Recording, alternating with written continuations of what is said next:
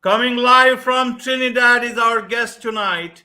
Welcome to this very special edition of the KJ Masterclass Live, the show which ensures that you profit from your time spent here with experts, either through the industry insights, information, or simply learning from them. And today we have Troy Hadeed, international yoga teacher, public speaker, author, social entrepreneur, and he's committed to authentic and vulnerable introspection surrounding all aspects of the human experience. Welcome to the show, Troy. Thank you, AJ. It's a pleasure and an honor to be here.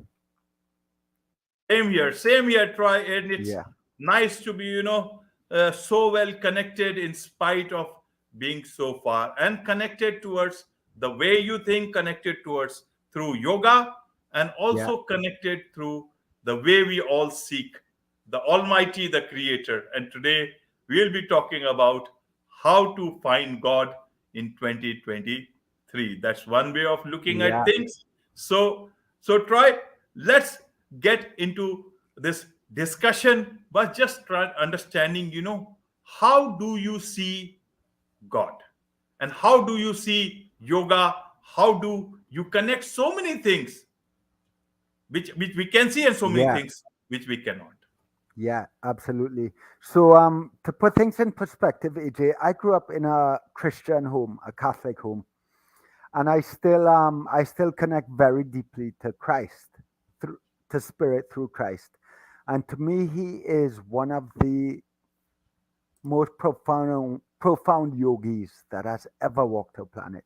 And of course, there are a lot of documents and scriptures that talk of him coming to India as well during the last stage of his life.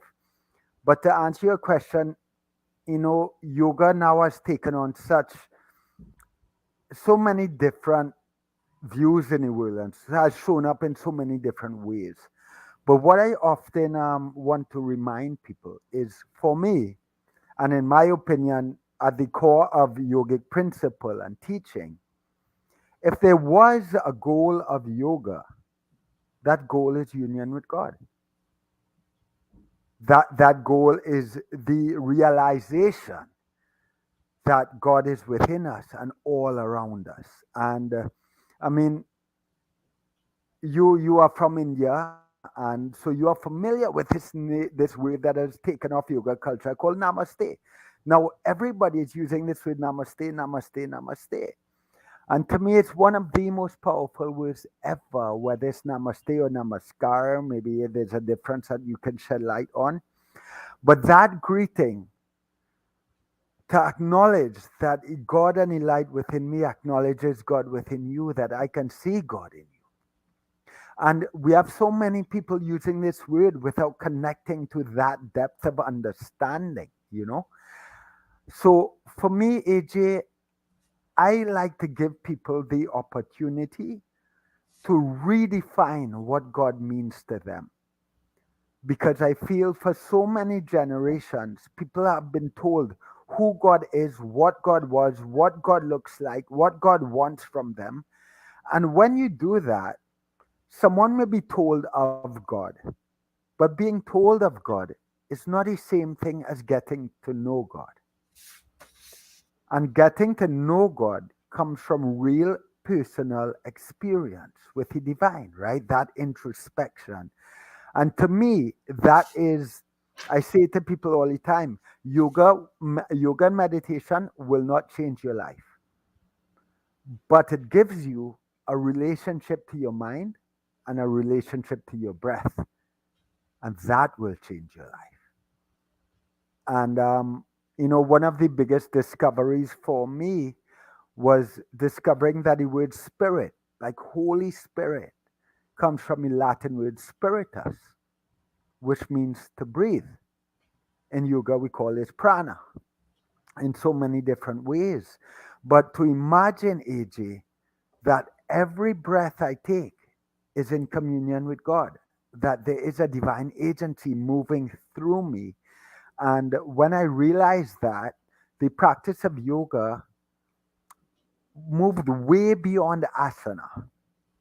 It's not asana. Asana is part of it, but it is a relationship to breath as we practice asana. And when that happens, our asana practice becomes prayer. And when that happens, our lives become prayer. And that's when the embodiment of yoga actually begins. To me. Right. Yeah. Right, right. So, once what is our relationship with God? Because you talked about redefining our relationship with God. So first to understand from you, what is our relationship with God, and why do you say that we should look at redefining our relationship with God? Is there a problem with our existing relationship? Okay, so great question, AJ. Great question. Now, in India, this may be a little bit different. But what I've seen, because I've been to India several times, and for me, Indian culture and India, God is everywhere. God is everywhere. No, I've never encountered someone from India or of Indian culture and heritage that has a problem with God. But in the West, and I'm sure in other parts of the world as well, what I've found is that there are many people who have moved away from God because of the historical weight that this word carries. I mean, if we really look at history and acknowledge it, even in the world today, there are a lot of misalignments and oppression and suffering that has been done in the name of God. So when I meet someone who doesn't really have a relationship to God, or even someone who doesn't believe in God or says they don't believe in God, I understand that. I understand why someone might not want to believe in God or be nurturing their own personal relationship to God. But it's important to me, like God is the foundation, AJ. Whether you want to call it spirit or whatever you want to call it, whatever name you want to give it, whether you call it prana that unites us or joins us, that is the collective force that unites me and you with all our listeners, no matter where we are in the world. That is the one thing that makes us the same, and I read once there's this teacher called Osho, who I'm sure you've heard of. And I remember in one of his books, he pretty much says that yoga is not a joining. You cannot join what was never separate, Right. right? And if you believe, it's more like a realization of our connectivity, of our union. And once you acknowledge some form of divine agency that breathes me and breathes you and holds us all together, then you can begin to glimpse that union. But if you don't believe in any God or any divine agency, then we remain separate. And as long as we remain separate, and I believe that I am my body and my name is Troy, then on an unconscious level, I am driven by self preservation. And that means that my ability to love others is limited because I see them as separate from myself. And I've believed the narrative that if my body ceases to exist, then I cease to exist. But to me, that foundation of believing in some divine agency, whatever you want to call it, is the foundation of realizing that we are not as separate as we've been led to believe. So I think it is really important for people to take a moment to answer your question, take a moment to look at what they believe about God, about this divine agency, and have the courage to look at the aspects of that need to be redefined. Because historically, in a lot of ways, for a lot of people, God has been painted as exclusive, meaning that whether it be by religion or belief system. You have all these groups of people that believe in their aspect of God or their rendition of God. And I think it's important for us to begin to redefine that. And in redefining that, not only do we allow space for every individual to cultivate a personal relationship to the divine, but we create a space in which me and you are actually one and we're not separate. Did that land for you? Does that make sense? Yes, yes, a lot Yeah, of sense, and I'm lost in trying to grasp as much as possible out of the gold nuggets that you have been you know giving to us, including me, to our audience. yeah, Now try to understand about God. People have been seeking God, trying to find him since time immemorial, since we humans came into existence. yeah, And most of the people, they have found it just by looking or finding it within, yeah, not externally. yes, But in today's time, we try to look at God, find God in things that perhaps are, how to say, for individual, they may find God in a position of power, in some sort of an achievement, in sort of achievement of an ambition, political office, some big, achievement in some business or whatever it yeah, is. Many yeah, people have that sort of a thinking. Okay, God has helped me achieve this. This is what I deserve. God planned for all these things. yeah, But is it the right way to look at God? Because a lot of people, as we said initially, that God is within each of us. yeah, And even if you look at it today's time, in spite of all our achievement, we still have that identity crisis. yeah, We don't know who we are. yeah, We may be a person who knows, who neighbors know, whom I say my neighborhood knows. But if online, if Google doesn't know, then I start suspecting that I don't have any identity and I become despondent. yeah, So, why is it that in spite of having God within us and we are so connected to each other, we still have that loneliness and that identity crisis, and we start looking at ourselves and trying to find ourselves? And yeah, in a way, when we try to find ourselves, actually we are trying to find our connection with the creator. yeah, How do yeah, you look at this particular crisis in the way it is? yeah. So, you know, I to me, the second you acknowledge, AJ, that from imagine this, from the day we are born, I am told I am Troy and this is my body, and you're told you are AJ and that is your body. So when that happens, anything that happens to me that I perceive as good, I think it's a good thing. Anything that's pleasing to me, I think is good.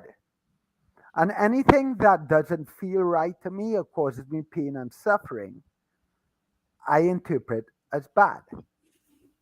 But that's only because I have been told a narrative that this is who I am. And we've been given an idea that life should only be flowers and rainbows, that life should only be pleasant. And I have come to believe and realize I know that God is even in the darkest aspects of our society and in the darkest aspects of our world. And I know for a lot of people, this is hard to accept. And I come from, in a lot of ways, from a background and a place of privilege. So who am I to say this when the people in the world are experiencing suffering beyond levels I could ever imagine? So here's how I view this human experience. I believe it's like a curriculum. Like you go to school and you move through a curriculum. The human experience is like spiritual school. And we have all, God has embodied human form through us so that our souls or whatever can begin to learn what it means to love. That the mere realization of being able to see and move beyond my individual identity in itself brings transformation on a spiritual level. That is something clearly that God wants to experience. So it's important that we realize that God is not flowers and rainbows. God has put us here to walk a curriculum that sometimes causes pain and suffering. And it's important also, AJ, to acknowledge pain and suffering is real. We are in a human body and we experience that for a reason. I'm not trying to like take away or negate any aspect of pain and suffering. It's real. We have emotions, we have feelings. But if you can see beyond the individual identity, you then begin to acknowledge that these experiences and these feelings don't define us. It's all part of our homework. It's all part of our curriculum.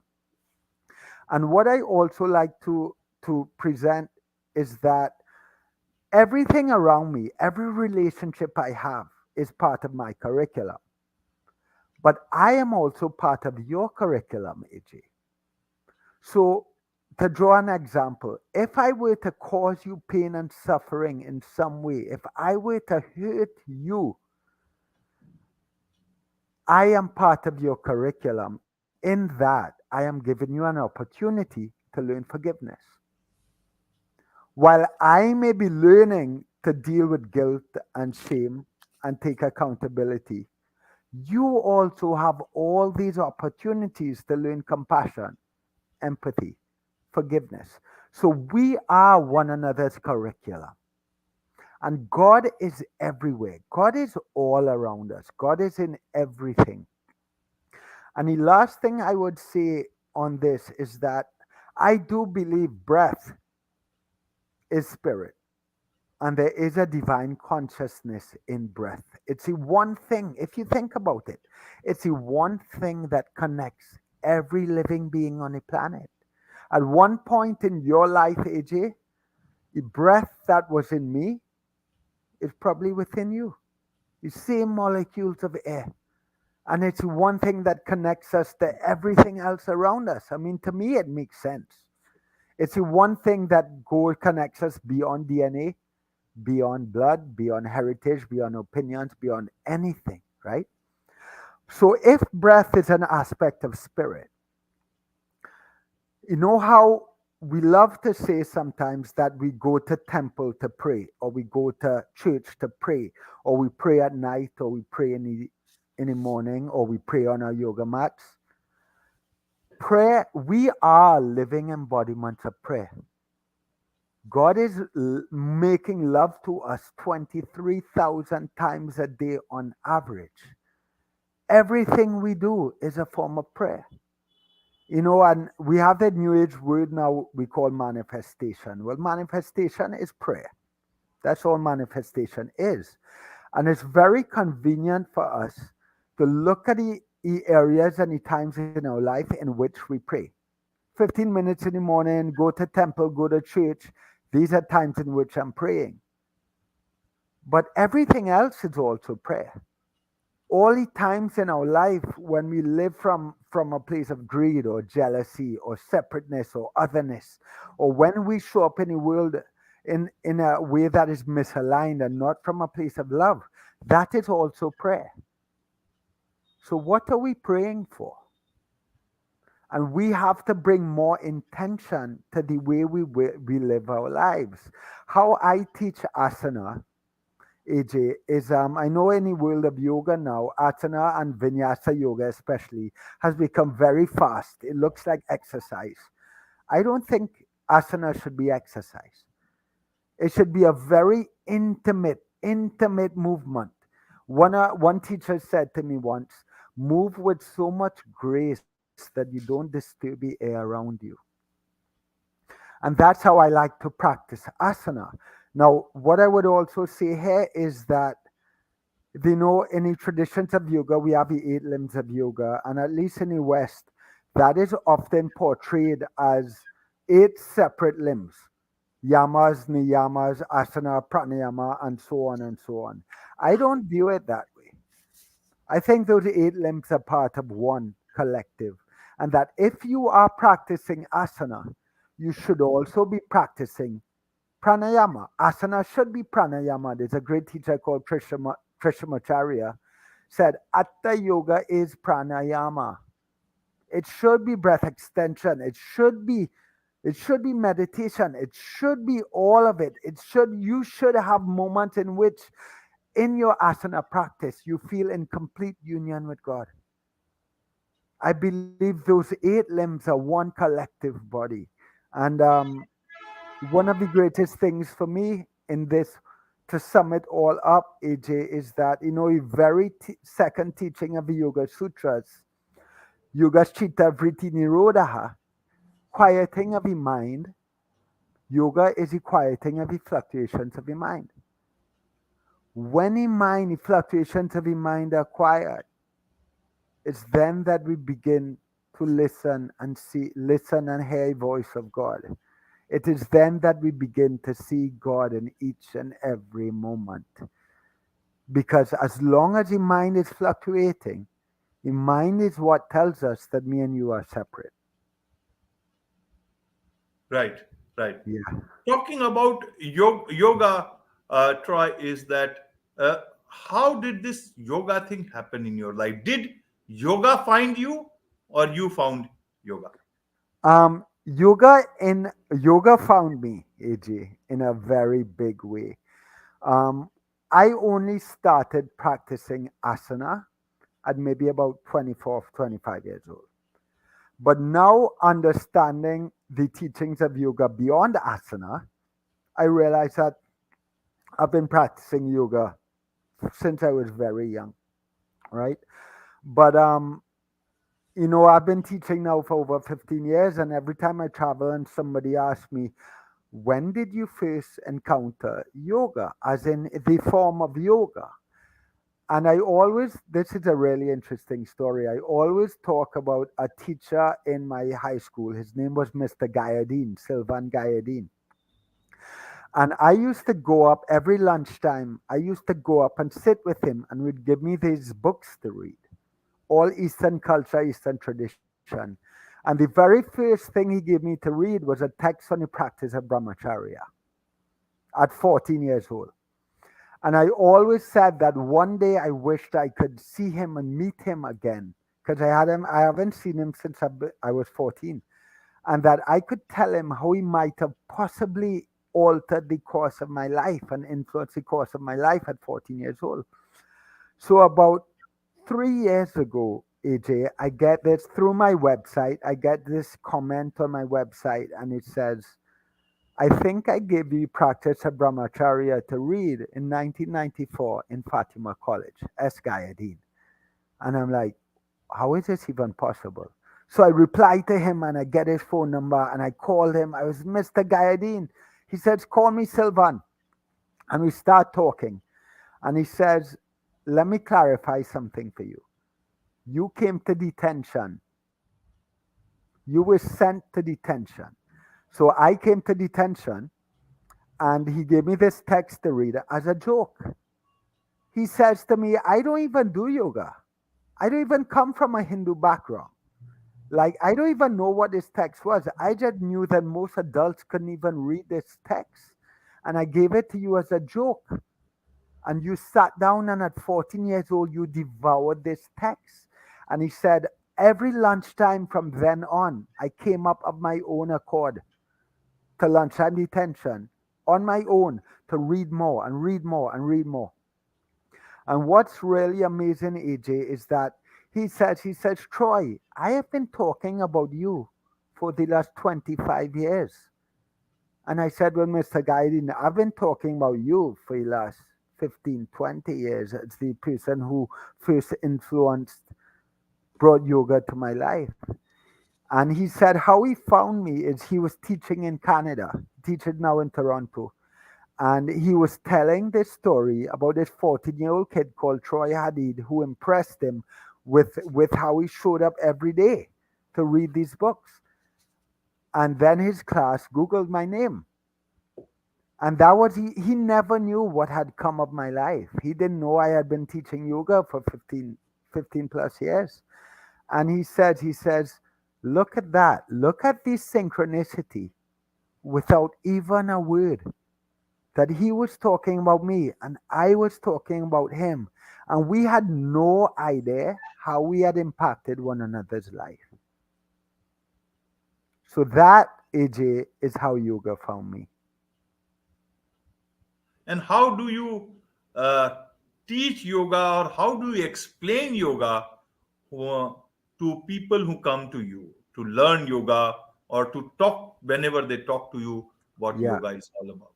Yeah. Well, especially in the West, AJ, yoga has, people have so many different perspectives on what yoga is. And I always say that I don't think there's any wrong reason for someone to come into a practice room or come into a yoga studio or to come and try to find yoga. Even if somebody wants to come to our studio to look for a date, okay. If they want to come to thinking they're going to lose weight, okay. Whatever gets them into that room.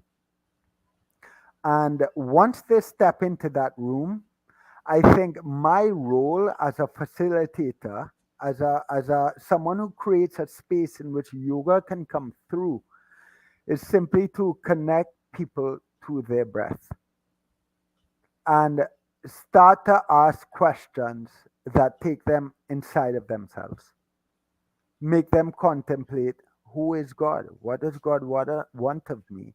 And let them actually start to look at their lives and how they're living their lives and see where might be disconnected or misaligned. So for me, what I will tell someone who comes to me asking about yoga is, I will generally tell them what I think they need to hear to get them into your room, to get them to commit to a practice. Because I know that once they step into that room and they Right. commit to a practice, they're going to realize that yoga is so much more, so Absolutely. much more. So if I know someone doesn't believe in God or doesn't really want to practice yoga as a spiritual practice, I'll tell them what I need to tell them to get into the room. But then they're going to realize they may not even be able to label it, but a practice of yoga is a spiritual practice. A human experience is a spiritual practice. You cannot separate spirit from a human experience. Right. You cannot separate it from the human experience. Yeah. Now, to understand the concept of yoga, where does yoga align with you? With, is it with the universe? Is it with yourself? Or is it an attempt through this means to align you or realign you with God? It is, so to me, through the framework of yoga, there's no separation between me and the universe. The universe is within each one of us, much like there's no separation between me and you, AJ. There's not even a separation between me and this bedhead. All of that is just an illusion of a human experience. I think the practice of yoga is to help us recognize and realize that we are yoga, we are union, that there is no otherness or separation. And I think when we realize that and recognize that, then we can begin to live in such a way. And that is, to me, where we begin to embody compassion and love beyond levels that are even conceivable to us. Because there is no me, there is no Troy and no AJ. And I know that's really hard to wrap our head around. But if you really, we've been talking a lot even before our chat, AJ, about introspection and about looking inside. And if you really quiet the voices of your mind and you just sit and you look at a world and you experience a world, that is not in question. It is not in question. There's so much that we do not know and do not understand. But there's one thing for me that I know to be true, and that is that the universe, God, whatever you want to call it, it is everywhere and it lives in all of us. And I talk about love and compassion, and I also want to make clear that as the Hindu heritage and the teachings of yoga and tradition of yoga rightfully show in your culture, you have goddesses like Kali. Kali is not flowers and rainbows, and love is not always flowers and rainbows. Sometimes love is fierce. Sometimes love is courageous, and it's important when we talk about love and compassion and all these kind of all these things, is that we recognize that. And I think that's an amazing teaching out of the Bhagavad Gita as well. Arjuna, that was his dharma, that was his love, is to fight for what he believed in.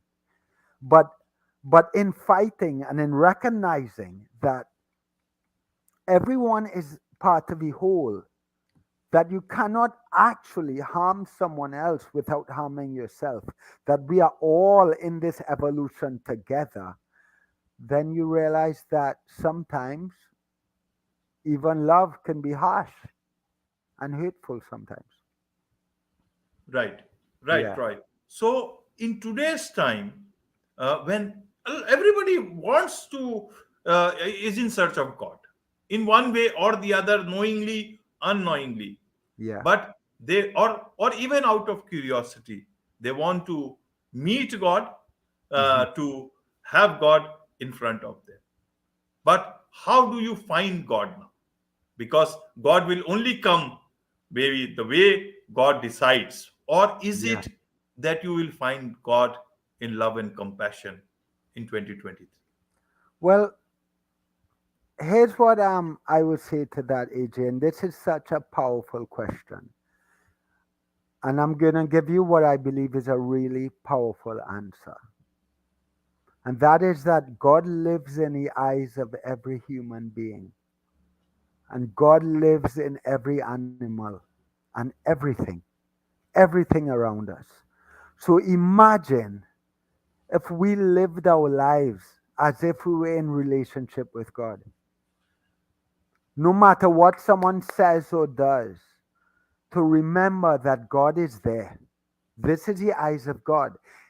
They may have come to teach me something. They may have come to show me what pain and suffering looks like. But that is still God. It doesn't mean I can't walk away from them. It doesn't mean I can't push back. But there's a really beautiful tattoo I have on my hand. I don't know how I could have you see it. It's Yes, here. I can see it. I can Yeah. see it.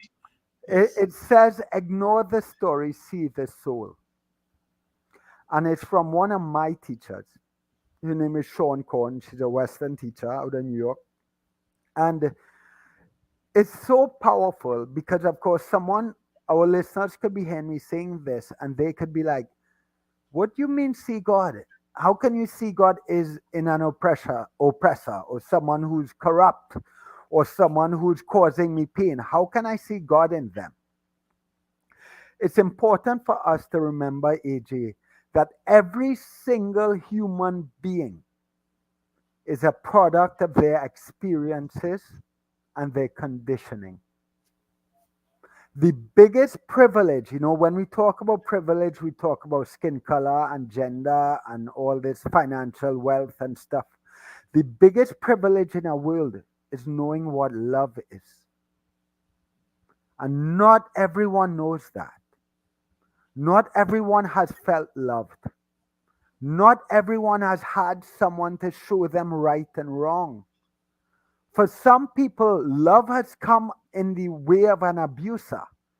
All they know is abuse. All they know is oppression. All they know is violence. That's all they've ever been shown. And if when we see each other, we can see someone's conditioning We can see someone's experiences and see beyond that to recognize that that conditioning and those experiences is not actually who they are. That beneath that story, beneath that conditioning, is a child of God, is God. And there's another tattoo I have here that I love to talk about. It says that it's a reminder. It says, I have not come to teach, I have come to love, and love will teach. And I think that if we can, to sum up this question, if we can remind ourselves that God lives in every single human being and everyone around us, and we could begin to see and acknowledge everyone's conditioning and their experiences, of the God that lives within them, and we can begin to change that conditioning. And as we begin to change that conditioning, we change our world, AJ. And it might take time. But to answer your question, how did someone find God? Well, first they have to recognize that God lives within them. And they have to work on quieting the voices of the mind, whether that be through meditation or yoga or Tai Chi or whatever does that for them. They need to be able to see and quiet the voices of the mind so they can hear and realize the God that lives within them. And once that happens, even a little bit, they will begin to recognize a God that lives within everyone. And that is how we meet God. God is standing right here. He's standing right here. He's just waiting to be seen. He's waiting to be heard. If God is within all of us, Troy, then why have humans become so distant to one another? We are not valuing each other. We are not valuing our destinies. We Yeah, are together, and we are whiling away our time, passing through one another, putting your heads into our phones, and yeah, just forgetting that we just crossed a God, somebody, part of God yeah. that was just next to us. Why is Um, it like that? I I have to choose to believe, AJ. Mind is a powerful thing. Mind isn't bad. Ego isn't bad, right? A human experience has its purpose. And I believe that this is all part of our curriculum. That we have to experience this collectively in order to remember what God looks like, who we really are, and what it means to love. I know in a lot of ways, and maybe in the Indian culture and heritage as well. I know you guys believe a lot in reincarnation and karma and past lives, which I do as well. But what I don't really connect to is the idea of punishment. I don't think there's a divine agency that punishes us if we don't do as he or she says. That's not love, right? That's not love. But I do believe in the essence of karma and the power. We are creating a world we live in through our actions, through the yoga of action, through every choice, every action, every word we speak is prayer. We are creating it, right? So if you look at the world, for anyone that has a problem with the world we live in like this, which I do as well, we want to fix this world. We have to take responsibility to shift our actions, to bring intention to our actions and the way we live our lives. One of same teacher I mentioned, Sean Corn, she once said to me once, she said, you are at least this is how it landed for me. She said, you are what is wrong with our world. You are the reason there's so much misalignment in our world. And at first, of course, I love her. She's my teacher. She's like my sister. I was like, how could you say that?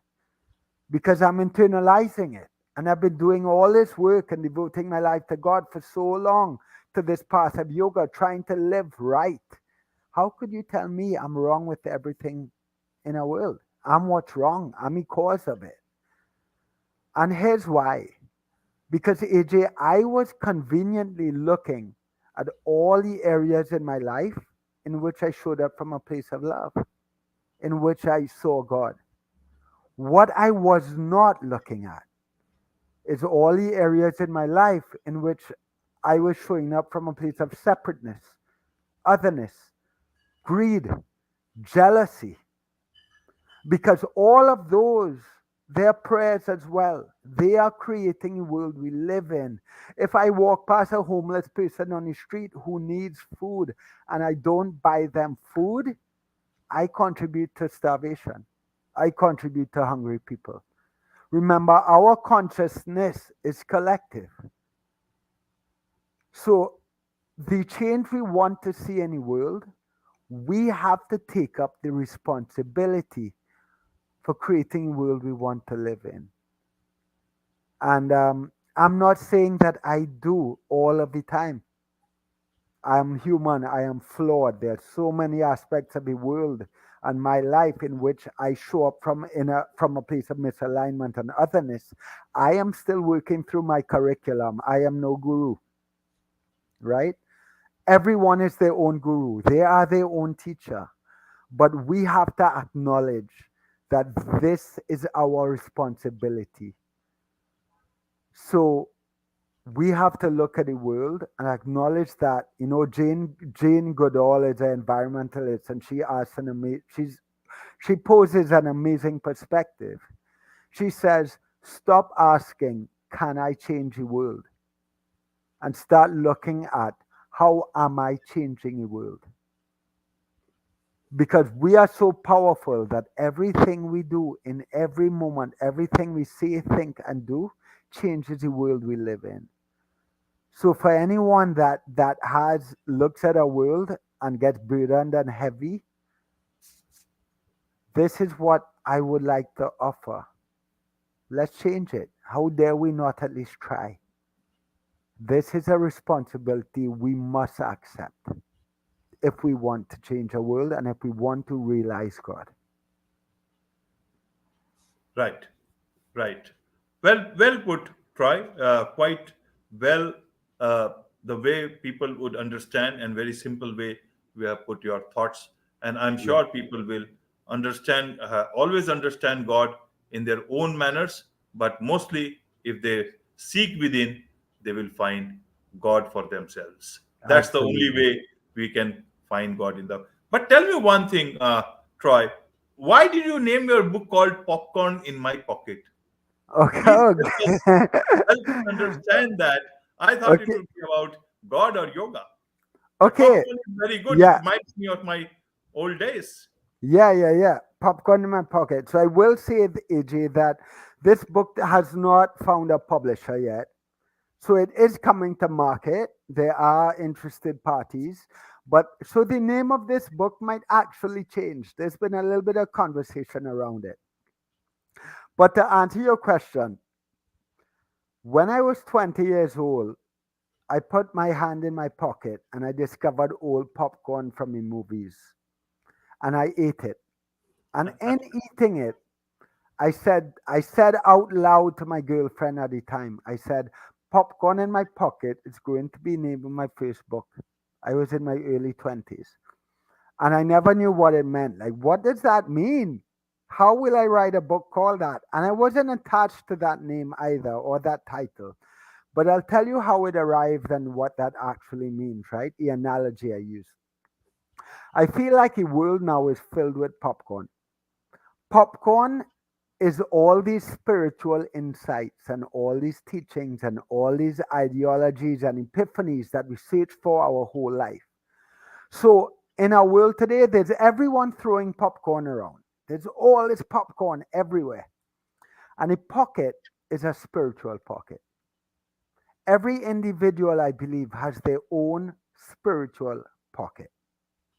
But what is happening in the world, from what I see, is we're taking everyone else's popcorn and we're just throwing it around. We're talking about it and we're reposting it on social media and we're talking to our friends about it. But we don't really understand these teachings, because the only way you can really understand a teaching is through experience. So we must take this popcorn and put it in our pockets. And through that, we discover our own popcorn, our own realizations. And that is where knowledge and understanding comes from. Otherwise, our spiritual practice and all of these teachings, they're all a lot of talk. And they sound really pretty, but then there's no embodiment of them. You have an Indian teacher, his name is Sadhguru. He says things like, "You are not your mind, you are not your body." Cool. You have a lot of people walking around now saying, "I am not my mind, I am not my body," which is great. But do they understand what that means? Do they understand how that shows up in their life? We need to take these teachings, take this popcorn, and really start to ask, how does this apply to my life? And really start to take it inside to really understand these teachings. So that is the analogy of my book, AJ. I don't want people to take my popcorn and toss it around. Through this book, I also share not only teachings, but experiences and stories from my life. So I show them how these things show up in our lives, how these teachings or ideologies might show up in our life. And I hope to inspire the reader to discover their own popcorn in their pockets. Right, right. When do you Yeah. expect this book to come out in the market? I would hope it would be out sometime next year.